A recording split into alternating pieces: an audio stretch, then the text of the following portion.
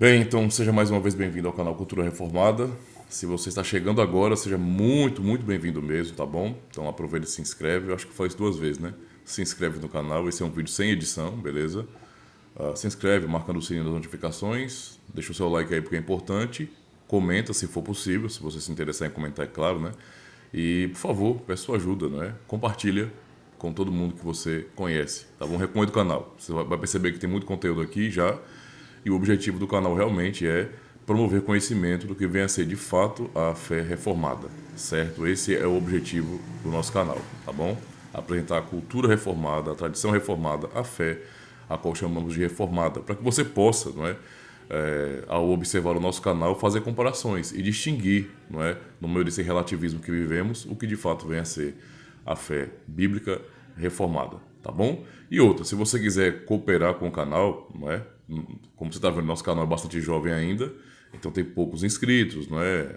Não tem como a gente ter recurso no canal ainda, certo? Então tudo que eu tenho feito aqui com relação a comprar livros, a ajeitar cenário, né? Tentando dar qualidade, comprar microfone, tudo isso aqui eu tenho feito, né, com meus recursos, tá bom? Mas digamos assim, se tiver ajuda, é melhor. Então, vou deixar o Pix aqui no link desse vídeo.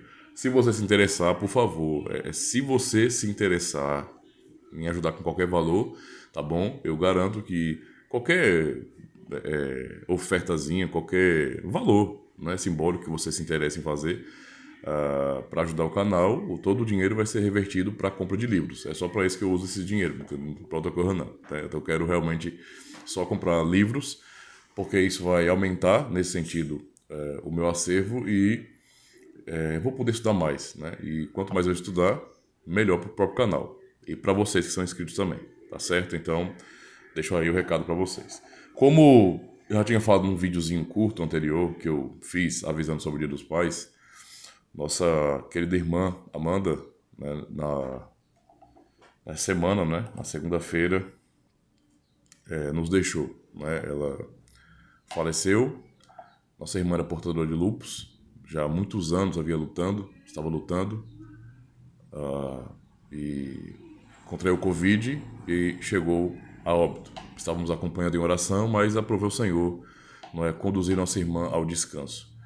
E, obviamente, não é, no sepultamento, foi um momento realmente marcante, muito triste, né, os familiares chorando bastante, o que é comum para um sepultamento. Realmente dói perder um ente querido. Nós sofremos bastante porque éramos muito apegados, né? Nossa comunidade é uma comunidade pequena, então todo mundo se conhece muito bem, todo mundo é muito próximo e pesa bastante. Mas há algo que eu gostaria de compartilhar referente a isso, não é? Porque é importante. Como nós, cristãos, não é? Eu não falo somente nós reformados, mas como cristãos, de maneira geral, devem encarar a morte. Encarar a morte dos seus entes queridos, por exemplo. Não é? Isso é um assunto importante, tá? É um assunto importante. Eu pude dar uma palavra de consolo, uma palavra de oração naquele momento e também trouxe uma palavra para a comunidade, né? Sobre a questão em si, né, do luto e da esperança que temos em Cristo, e eu quero compartilhar isso com vocês usando justamente o nosso catecismo. O catecismo de Heidelberg, por exemplo, no Dia do Senhor 16, na pergunta e resposta 42, diz bem assim: se Cristo morreu por nós, por que ainda temos que morrer? É uma pergunta importante. A resposta: a nossa morte não é o pagamento pelos nossos pecados, mas ela põe fim aos nossos pecados e é a entrada para a vida eterna. Essas palavras, não é? E nós temos aqui os textos de referência, perdoe pelo barulho, está passando um carro aqui agora. Textos de referência, não é? Muitos textos, mas só o podermos ouvir isso é o suficiente, porque eu sei que você que é um cristão sabe muito bem, não é, da esperança que temos em Cristo. E a esperança é justamente essa, saber que nós pertencemos a Cristo, não é?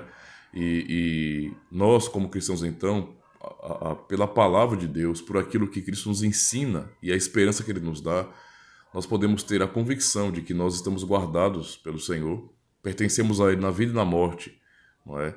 E, portanto, não precisamos encarar a morte de nossos amados, não é, irmãos em Cristo, como sendo algo que traga desespero. É claro que nós inevitavelmente sofremos, porque a morte é um processo terrível para nós, não é?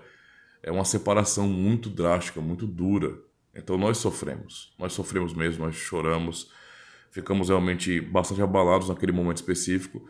Ao mesmo tempo, como cristãos, quando aprendemos na palavra de Deus sobre o cuidado de Cristo, podemos lembrar, por exemplo, de Romanos 14, quando Paulo fala que se vivemos, é para Cristo que vivemos. Se morremos, é para Cristo que morremos. Vivendo ou morrendo, nós pertencemos ao Senhor.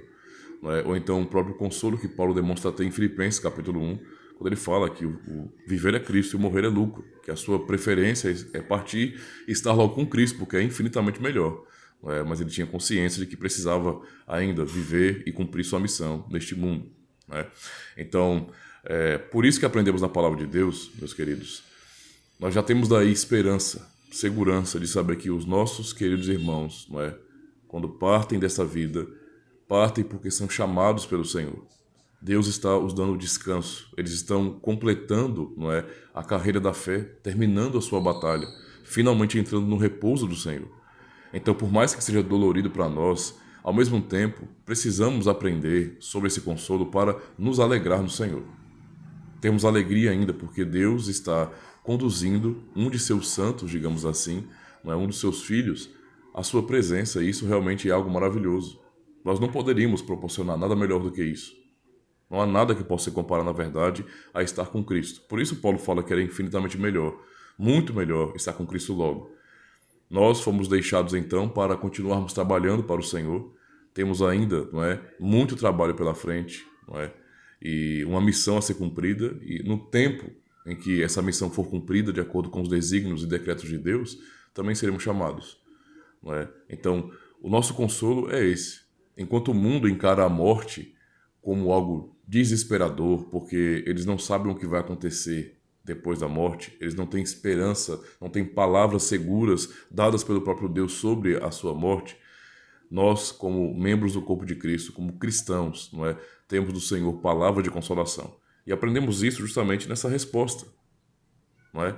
A nossa morte, como nós lemos aqui na resposta à pergunta 42 do Catecismo de Heidelberg, não é o pagamento pelos nossos pecados. Não importa da forma que a pessoa morra, não é o pagamento pelos nossos pecados. Mas ela põe fim aos nossos pecados. Todos nós temos que lutar. Não é? Todos nós temos que lutar, muito. Às vezes lutamos com doenças, com situações difíceis que não temos controle e não conseguimos resolver. E também, não é, obviamente, cada um de nós luta contra os nossos próprios pecados. Temos que lutar contra a nossa própria carne, lutar contra o diabo, lutar contra o mundo. A vida de um cristão, de fato, é uma vida de batalhas. Não é? De batalhas realmente que são duras, às vezes severas, terríveis, e que nós só resistimos por causa do Espírito de Deus que habita em nós, por causa da graça do Senhor, sem a qual não poderíamos certamente resistir a absolutamente nada.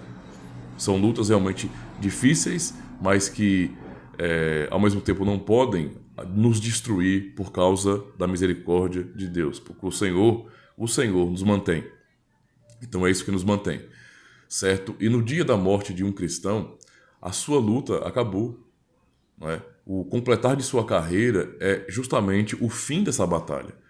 Quando esse irmão que creu em Jesus Cristo, que amou a Jesus Cristo em sua vida, vai poder finalmente encontrar aquele, não é, de quem tanto ouviu, a respeito de quem leu nas Escrituras e para quem viveu.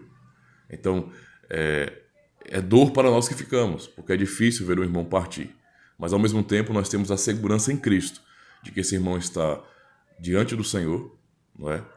Está logo com Cristo, desfrutando já de alegrias que são insondáveis para nós e que nós nos encontraremos, que um dia estaremos todos juntos, porque Cristo, nosso Senhor, voltará e Ele nos ressuscitará para então vivermos para sempre com o Senhor, não é? Em novos céus e nova terra, em plena alegria com esses amados irmãos. Por isso, apesar de ser dura a morte, não é, de nos entristecer, ainda assim, em Cristo nós temos um consolo eterno. É isso que nos faz continuar andando, não é, seguindo em frente. Mesmo com a saudade que dá de nossos amados irmãos, ainda assim podemos continuar caminhando, porque temos que trabalhar ainda para Cristo neste mundo, sabendo que um dia também seremos chamados, não é, para estar com esses amados irmãos. Então, esse é o nosso consolo. E eu termino lendo a pergunta e resposta 1 do Catecismo, Dia do Senhor 1, que diz bem assim: qual é o seu único consolo na vida e na morte? O seu único consolo, o seu único fundamento? A resposta: que não pertenço a mim mesmo, mas pertenço de corpo e alma, tanto na vida quanto na morte, ao meu fiel Salvador Jesus Cristo. Ele pagou completamente todos os meus pecados com seu sangue precioso e libertou-me de todo o domínio do diabo. Ele também me guarda de tal maneira que, se é a vontade do meu Pai Celeste, nem um fio de cabelo pode cair da minha cabeça. Na verdade, todas as coisas cooperam para a minha salvação. Por isso, pelo seu Espírito Santo, ele também me assegura a vida eterna e me faz disposto e pronto de coração para viver para ele, de agora em diante. Esse é o nosso único consolo nessa vida, na vida e na morte, nosso único fundamento. Pertencemos a Cristo. Então, somos consolados no Senhor quando não é um membro de seu corpo, quando um irmão querido em Cristo parte dessa vida, não é? Dorme no Senhor. Temos segurança. Nós estamos vivendo em Cristo e nossos queridos irmãos estão com Cristo. Tá certo? Então, que Deus possa trazer consolação à sua vida, não é? Eu creio que Ele tem nos consolado a mim, minha família, os familiares, não é? Da nossa querida irmã, a comunidade, e espero em Deus que também você que está assistindo esse vídeo, não é? E talvez que esteja passando por uma situação difícil assim também em sua família, em sua casa, em sua comunidade, também seja consolado pelo Senhor. Tá bom? Deus abençoe, então.